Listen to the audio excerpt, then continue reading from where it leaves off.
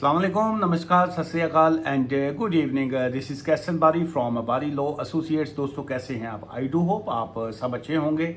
और आज का जो हमारा इमिग्रेशन टॉपिक है जी, ये बड़ा इंपॉर्टेंट है उन लोगों के लिए जो FLR फाइल करते हैं, ह्यूमन राइट्स की एप्लीकेशन फाइल करते हैं। और उसमें आजकल जो है, आजकल की मैं बात करूँगा, उसमें बहुत सी दिक्कत आ रही है। अच्छा, एक तो मैं आज का ये जो व्लॉग है इसको शुरू करने से पहले आपको बताता जाऊँ कि मैं जब भी कोई वीडियो अपलोड करता हूं तो हमारे जो एग्जिस्टिंग क्लाइंट्स होते हैं वो अगले दिन जो है, वेरी नेक्स्ट डे जो है, वो उसी वीडियो को देख के कोई ना कोई जो है वो अपनी परेशानी में पड़ जाते हैं कि जी कि तुसी कल है वीडियो पाइए, हूँ साडा की बनेगा। सो अब मुझे एक तो ये बताइए कि मैं क्या करूँ। मैं जो आपको अपडेट्स हैं वो देनी बंद कर दूँ मैं, कि जी के आप मुश्किल में आ जाते हैं। सो इसका मतलब ये नहीं होता कि जी के क्योंकि मैं तो डेली कई सालों से जो है ये वीडियोस अपलोड कर रहा होता हूँ। सो हर वीडियो जो है वो कोई ना कोई लीगल पॉइंट के ऊपर ही होती है और किसी ना किसी का कोई ना कोई इश्यूज ही होते हैं। मसलन कोई अगर फी वेवर की एप्लीकेशन के ऊपर बहुत सी वीडियोस हैं,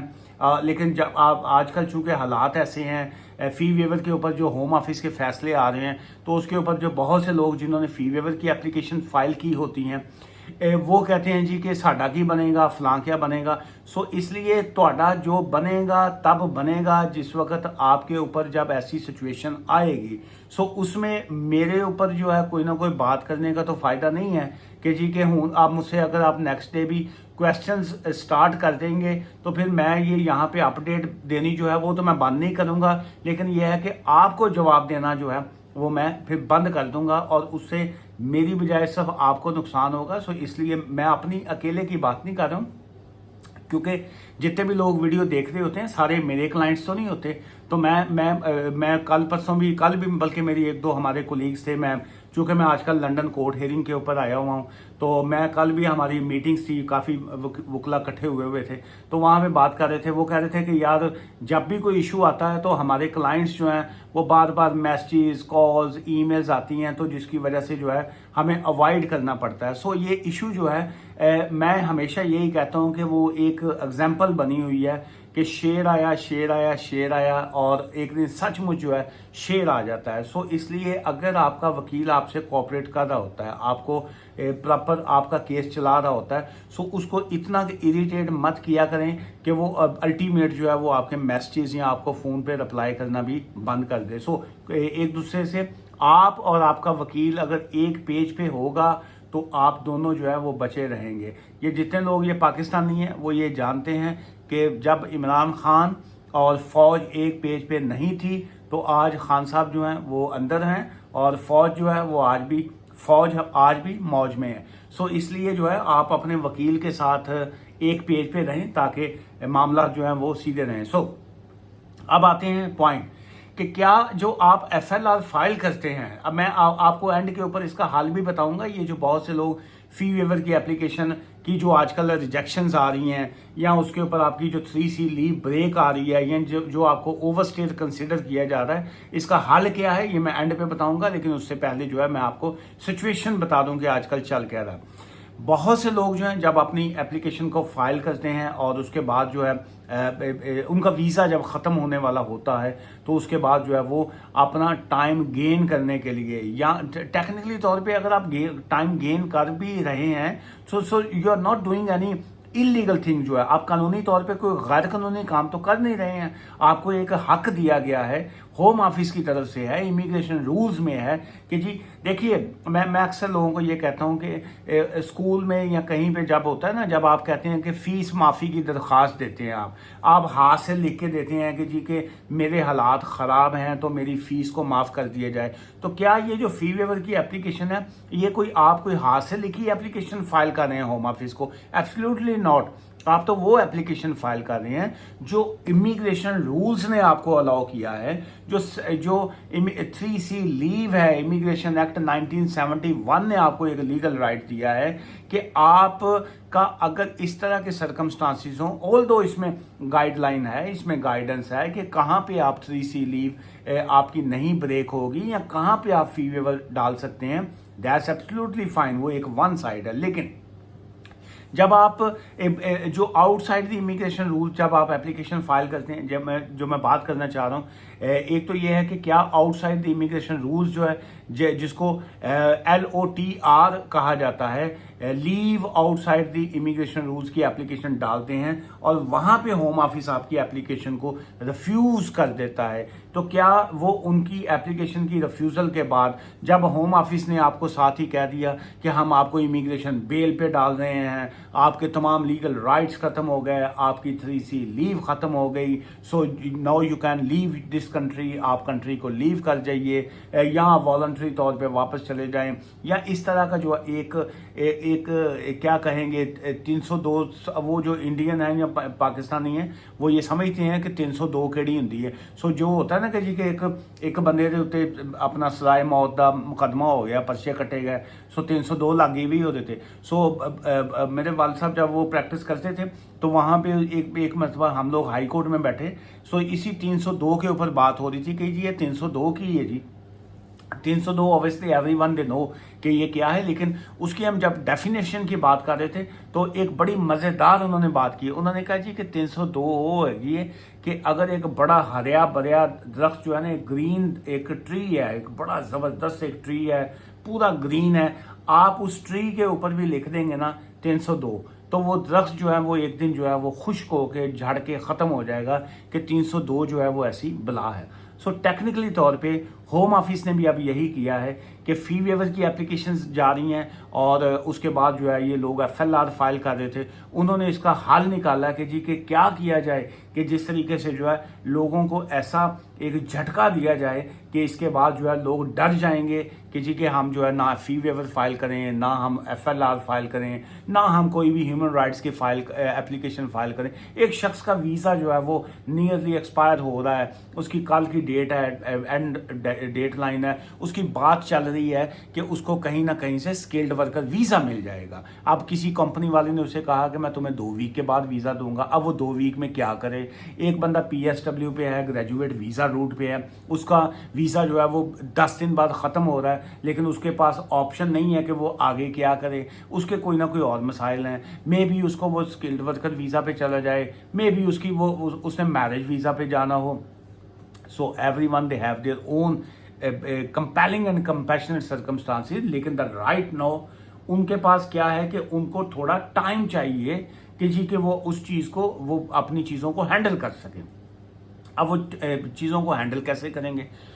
नंबर 1 मैं आपको यही कहता हूं कि आप खुद से एप्लीकेशन मत किया करें। मैं अगेन कहूँगा, मैं कभी नहीं कहता कि मेरे पास आएँ, यहाँ पे गली मोहल्ले में बहुत से वकील बैठे हुए हैं, लेकिन वकील के पास जाएं बहरहाल उस वकील के पास जहाँ पे मेंटली तौर पे आपकी सेटिस्फेक्शन हो और जहाँ पे वो भी लॉ पॉइंट्स को, रूल्स को, इमिग्रेशन रूल्स को, आउटसाइड द इमिग्रेशन रूल्स को, आपके कंपेलिंग एंड कंपैशनेट सर्कमस्टांसेस को वो अंडरस्टैंड करता हो। ही और शी दे मस्ट नो कि जी कि आप कहाँ पे खड़े हैं और हमने जो रिलीफ मांगना है, जो हमने रेमेडी मांगनी है होम ऑफिस से, वो क्या है। सो एक तो ये इसमें सिचुएशन आ जाती है। सो क्या आप उसमें जब इस तरह की एप्लीकेशन करते हैं और होम ऑफिस जो है इस तरह का फैसला देता है, जैसे जिसकी मैं एग्जांपल दूं कि वो कहते हैं कि जी कि जो आपकी इमिग्रेशन रूल्स की बेस के ऊपर आपने leave outside the immigration rules की एप्लीकेशन डाली, आपने जो FLR डाला, आपने जो ह्यूमन राइट्स के ऊपर आपने FLR की एप्लीकेशन डाली, हम उसको रिफ्यूज़ कर रहे हैं और विदाउट एनी जो है हम आपको राइट ऑफ अपील भी नहीं दे रहे हैं, राइट ऑफ अपील भी यहाँ पे नहीं मिला।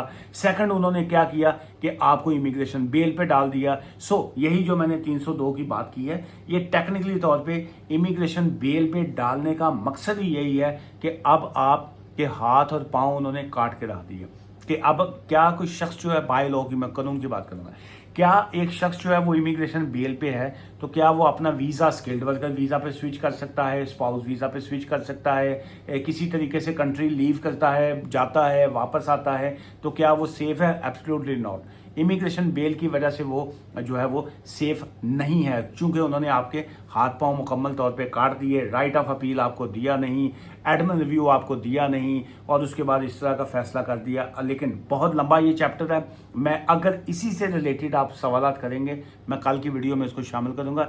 अब हम आते हैं इसके ऑप्शंस की तरफ। कि अब आपने करना क्या है। आपने आपका वीज़ा एक्सपायरी था, आपने फ़ी वेवर की एप्लीकेशन डाल दी, फ़ी वेवर की एप्लीकेशन उन्होंने आपकी रिफ्यूज़ कर दी। आपको 10 डेज़ का टाइम मिला कि जी के 10 डेज़ के अंदर जो है आप अपनी फर्दर एप्लीकेशन फ़ाइल कीजिए। आपने फ़ीस पे की या आपकी फ़ीस माफ़ होगी, इन बोथ आइदर केसेस जो है वो आपको उन्होंने आपने FLR फाइल कर दी या आउटसाइड द इमिग्रेशन रूल्स आपने एप्लीकेशन फ़ाइल कर दी। अगर इस तरह की सिचुएशन के बाद जो है, अगर तो नंबर 1 ये है, क्या होगा कल को जो है वो है ना कि जी के समान 100 बरस का पल की खबर नहीं, ये कि वो की होएगा तो फलां क्या होगा, वो भी रिफ्यूज़ होगी। मुझे बहुत बुरा लगता है, ये बड़ा इरिटेटिंग सा ये सवाल होता है। अच्छा जी ये भी ना हुआ तो फिर क्या होगा, अच्छा हम ये ना करें तो वो क्या करें। अरे भाई साहब आपके पास ऑप्शन नहीं होता कोई। जब आपके पास ऑप्शन नहीं होता, आप बंद गली में खड़े होते हैं, वन वे स्ट्रीट में खड़े होते हैं, तो आप कैसे वहाँ से आप वापस मुड़ सकते हैं। आपका नंबर 1 तो ये है, अगर आपका वीज़ा ख़त्म हो रहा है, आपके पास कोई ऑप्शन नहीं है, कंट्री लीव कर जाइए। नंबर 1, आप PSW पे हैं, आपका टाइम ख़त्म हो रहा है, आपको कोई ऑप्शन नहीं मिल रहा, एक ही लीगल ऑप्शन है, वापस चले जाइए। फिर आप स्किल्ड वर्कर वीज़ा नहीं मिल रहा, कुछ नहीं मिल रहा, वापस चले जाइए। अब अगर आपने वापस नहीं जाना, अगर आपने यहीं पे रुकना है, आपके कोई ना कोई रीजंस हैं, कोई वजह है, तो भाई साहब आप वन वे स्ट्रीट में खड़े हैं, आप बंद गली में खड़े हैं, तो फिर ऑप्शंस क्या क्यों सोचते हैं कि मैं ये करूं या वो करूं। कोई ऑप्शन नहीं है आपके पास, you don't have any single option. Single option क्या है, नंबर 1 एक ही, आपको या फी वेवर फाइल करके आगे FLR पे जाना है, या आपने असाइलम क्लेम करके टाइम पास करना है, या जैसे भी है वो भी गलत है। मैं मतलब उस ट्रैक पे मैं नहीं जाना चाहता कि एजेंसियां मुझे भी पकड़ें कि जी आप तुम इस तरह की क्यों बातें करते हो, लेकिन मैं जो सच है मैं वो आपको बता रहा हूँ। बहुत से लोग असाइलम नहीं करना चाह रहे होते हैं, मजबूरी से करते हैं। बहुत से लोग FLR फाइल नहीं करना चाह रहे होते हैं, मजबूरी से करते हैं। बहुत से लोगों के पास फाइनेंशियली दिक्कत होती है, वो इस वजह से फी वेवर करते हैं, टाइम पास करते हैं, जो भी करते हैं, उनके पास ऑप्शंस नहीं होता। लेकिन प्रैक्टिकली तौर पे, लीगली तौर पे, एक्चुअली वो चाहते क्या हैं लोग ये चाहते हैं कि हम इलीगल ना हो, लोग ये चाहते हैं हम ओवरस्टेज ना रहें, लोग ये चाहते हैं कि हम इज्जत की ज़िंदगी गुजारें, हम काम करें, तरीके से रहें। अनफॉर्चुनेटली कानून बाज़ औक़ात आपको इजाज़त नहीं देता, और इस तरह के जो है वो फैसले आते हैं होम ऑफिस की तरफ से। और मैं लोगों को यही कहता हूँ कि होम ऑफिस जो है वो एक अदारा है, वो एक ऑफिस है, वो फैसले करता है, वो it's not a end of the world. उसके ऊपर आपका जो एडमिन रिव्यू होता है वो होता है, उसके ऊपर आपकी कोर्ट्स होती हैं, उसके ऊपर आपका जजेस होते हैं जो इंडिपेंडेंट हैं। आप अगर सिर्फ होम ऑफिस के पास ही सारी अथॉरिटीज़ हैं, तो तमाम वकीलों को अपना बिजनेस बंद करके, काला कोड उठा के साइड पे रख के कहीं और चले जाना चाहिए। तमाम कोर्ट्स को बंद कर देना चाहिए कि हमें जस्टिस नहीं मिलना। अगर वकील हैं, अगर कोर्ट्स हैं, अगर ये अदारे खुले हुए हैं, सो आप अगर राइट वे पे हैं तो आपको इन चीज़ों के ऊपर डरने नहीं चाहिए, आपको आगे फाइट करनी चाहिए। आपको you have to fight on all points. अगर इस तरह की सिचुएशन आती है, आपकी वो 3C लीव को वो कहते हैं जी ख़त्म हो गई, आपको इमिग्रेशन बेल पे डाल दिया, आपको उन्होंने किसी तरह का और कोई लीगल राइट नहीं दिया, so you have a plenty of legal rights जो है। आप एडमिन रिव्यू पे जाइए, आप अपना जो प्री एक्शन प्रोटोकॉल है वो फाइल कीजिए, आप जुडिशियल रिव्यू पे जा सकते हैं, आप उसको चैलेंज कीजिए, आप अपने पॉइंट पे फॉलो कीजिए। आप 34E जो है उसके ऊपर आइए कि आपने कोई इलीगैलिटी नहीं की। आप जो 3C लीव है, आपकी इमिग्रेशन एक्ट जो है 1971, आपका वो लीगल राइट है, आपको उसके ऊपर आपको फाइट करनी चाहिए। सिस्टम को अब्यूज़ मत कीजिए, लीगल सिस्टम में रहते हुए फाइट कीजिए। आपके पास जो है ढेरों उसके रास्ते होते हैं, और आप जो है आप अकेले नहीं होते। आप जुडिशरी जो होती है, जो एक जस्टिस सिस्टम होता है, वो आपके साथ होता है। आज की इस वीडियो से मुझे इजाज़त दीजिएगा इसी बात के साथ कि जो वीडियो होती है या उसको देखा मत करें, अगर देखते हैं तो उसको पूरी वीडियो जो है वो देखा करें। एक फजूल सी एग्जाम्पल कह लीजिए या अच्छी एग्जाम्पल कह लें, आई डोंट नो। आप बाज़ का लोग जो हैं किसी भी माइंडसेट से सोच सकते हैं या उसको बात को पकड़ लेते हैं। वो था एक बात के जी के नमाज के करीब मत जाओ, तो वो लोगों ने उसी बात को जो है वो पकड़ लिया कि देखिए जी ये तो कहा गया है कि नमाज के करीब मत जाओ, लेकिन अगली बात उन्होंने छोड़ दी कि जब तुम नशे की हालत में होते हो। सो इसलिए दो चीज़ों जो होती हैं, पूरी बात जो होती है वो जब तक आप नहीं समझते या जब तक अंडरस्टैंडिंग आपकी नहीं होती, आधी बात जो होती है ना वो क्लैरिटी नहीं होती उसकी। दुआ में याद रखिएगा। Take care, bye for now.